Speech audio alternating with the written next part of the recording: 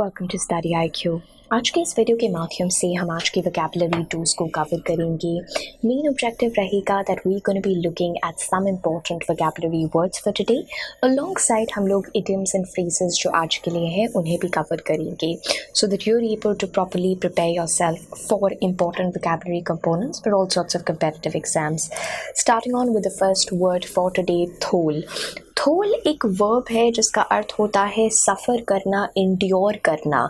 जब आप किसी मुश्किल को सहते हैं उसके लिए हम थोल वर्ब का प्रयोग करते हैं। सो थोल वर्ब का अर्थ होता है इंड्योर करना, किसी आपदा या विपत्ति को झेलना। जब आप इंड्योर करते हैं without any sort of complain और रेजिस्टेंस, आप टॉलरेट करते हैं किसी चीज़ को, उसके लिए हम वर्ब थोल का प्रयोग करते हैं। इसके दो यूसेजेस देखते हैं।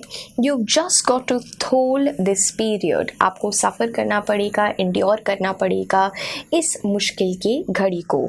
If there is one thing I can't thole, it's a lie. एक ऐसी चीज़ दैट आई कांट टॉलरेट और बेयर इज़ अ लाई। अगर आप झूठ बोलते हैं, that is something that can not be tholed, या फिर उसे थोल नहीं किया जा सकता है। सो थोल का अर्थ हो जाता है इंड्योर करना, टॉलरेट करना, कंप्लेन किए बिना ही किसी चीज़ को सह जाना। Moving on to the second word for today, despot.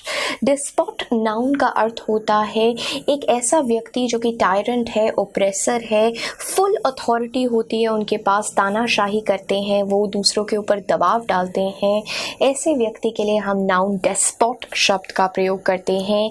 एक रूलर जिनके पास पूरी पावर है, एब्सोल्यूट पावर है और अथॉरिटी है, वो एक तरह के डिक्टेटर हैं, ओप्रेसर हैं या टायरेंट हैं, उनके लिए हम डेस्पॉट शब्द का प्रयोग करते हैं। पूरी पावर है और इसीलिए वो जो कहते हैं लोगों को करना पड़ता है। अक्सर ऐसे लोग टिरानिकल हो जाते हैं, डिक्टेटोरियल हो जाते हैं या ओप्रेस करते हैं दूसरे को, तो उनके लिए हम डेस्पॉट नाउन का प्रयोग करेंगे।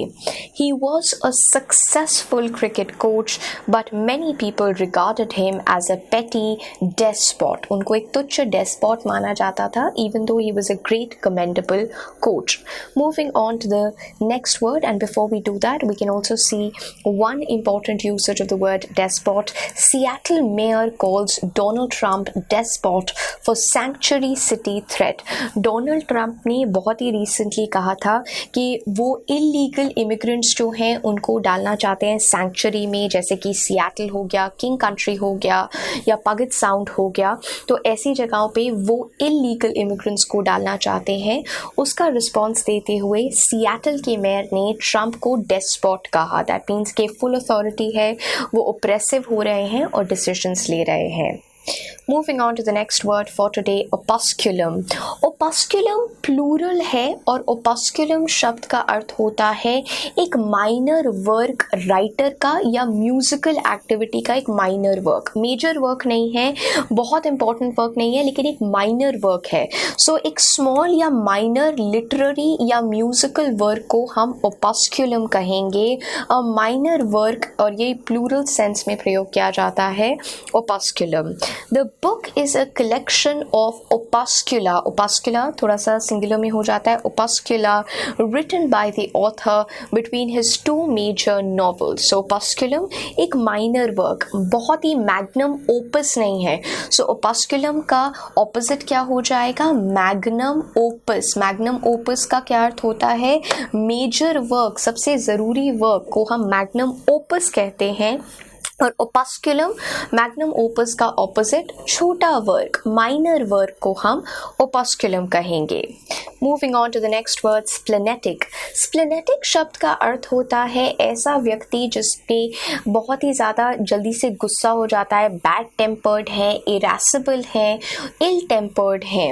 सो एक ऐसा व्यक्ति जिनको बहुत जल्दी गुस्सा आ जाता है, मूड स्विंग्स हो जाते हैं, इल टेम्पर्ड है, बैड टेम्पर्ड है, इरिटेबल है, एकदम चिड़चिड़े हो जाते हैं एकदम से ही, स्पाइटफुल है।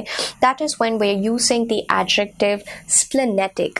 कोलेरिक हो गया, इरेसिबल हो गया, बिलियस हो गया, क्वारलेस हो गया, these are all important synonyms जो आपको याद रखने हैं स्प्लेनेटिक शब्द के। स्पेशली बिलियस शब्द, क्वारलेस शब्द, इरेसिबल और choleric, these are all important words to replace, or these are all important synonyms of the word splenetic. The newspaper publishers' splenetic editorials often struck fear into local politicians. तो जो उनके splenetic work थे वो काफ़ी ज़्यादा politicians को डरा देते, काफ़ी सारे politicians को डरा देते थे. Moving on to the last important word for today, और इसके बाद हम idioms and phrases को देखेंगे. Quibble.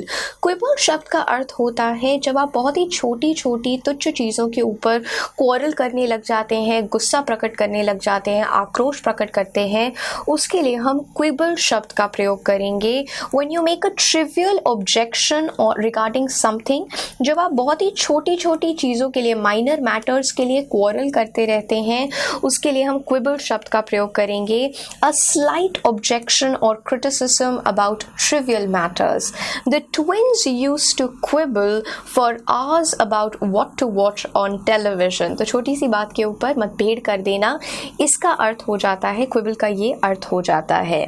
Moving on to the idioms and phrases for today in quick succession. यहाँ पर हम 6 important idioms and phrases को cover करेंगे. पहला है fit as a fiddle. Fit as a fiddle का अर्थ होता है good health में. आप बिल्कुल ही अच्छी तरह से तंदुरुस्त हैं, तब हम fit as a fiddle का प्रयोग करते हैं. He seemed as fit as a fiddle post his surgery. So fit as a fiddle, that means कि आप बिल्कुल तंदुरुस्त हैं, good shape में हैं, good health में हैं. New kid on the block. New kid on the block का अर्थ होता है कोई नया व्यक्ति जो कि अभी अभी आया है किसी ऑर्गेनाइजेशन में या इंडस्ट्री में. तो someone who is new in a place और organisation is called new kid on the block. Ananya Pandey is the new kid on the block with her upcoming movie Student of the Year 2. So यहाँ पर new kid on the block. New kid on the block का अर्थ हो जाता है नया व्यक्ति. Fly on the wall. Fly on the wall का अर्थ होता है जिस लाइक एक fly सारी बातें सुन लेती है या एक particular incident को witness कर लेती है. तो एक ऐसा व्यक्ति जिसने पूरे incident को सुन लिया है, witness कर लिया है without you knowing about it. So someone who has secretly seen or heard whatever has happened, उन्होंने secretly सुन लिया है और देख लिया है क्या क्या हुआ है. या एक unnoticed observer of a particular situation. एक ऐसा observer जिसे आपने notice भी नहीं किया. An unnoticed observer of a particular situation is a fly on the wall. जैसा कि हम यहाँ पर चित्र में देख सकते हैं, ये बच्ची जो है she is a fly on the wall क्योंकि किसी को पता ही नहीं चल रहा है that she can hear, witness, see the entire incident. That girl in the picture is clearly a fly on the wall. Fly on the wall. Water under the bridge. Water under the bridge. Let bygones be bygones. जो past में हो गया है उसके बारे में भूल जाना. So events in the past which are no longer regarded as important, वो अब आपके लिए ज़रूरी नहीं है क्योंकि वो पास्ट के इवेंट्स हो गए हैं, जो बीत गई वो बात गई. So events in the past which are no longer regarded to be important, that is water under the bridge. We had our share of differences in the past but that's all water under the bridge now. That means वो past की बात थी, बीती बात थी, और वो हम लोगों वो अब that's no more important for us. Water under the bridge. Walk in the park. Walk in the park का अर्थ होता है बहुत ही आसान काम. Something that is very easy to do. Something that is very easy to accomplish. बहुत ही आसान काम जो होता है उसके लिए हम walk in the park का प्रयोग करते हैं. It was like a walk in the park for him. So acing that job interview was like a walk in the park for Vishwanath. Cream of the crop. Cream of the crop का अर्थ होता है एक particular area में बहुत ही ज़्यादा निपुण, best of the lot. So cream of the crop का अर्थ हो जाता है best of the lot, best of the lot, best of all, best of a particular group. He is the cream of the crop when it comes to playing cricket. So he is the cream of the crop, that means वो best है when it comes to playing cricket. Cream of the crop, best in a particular area. यहाँ पर हम लोगों ने important words and phrases को cover किया.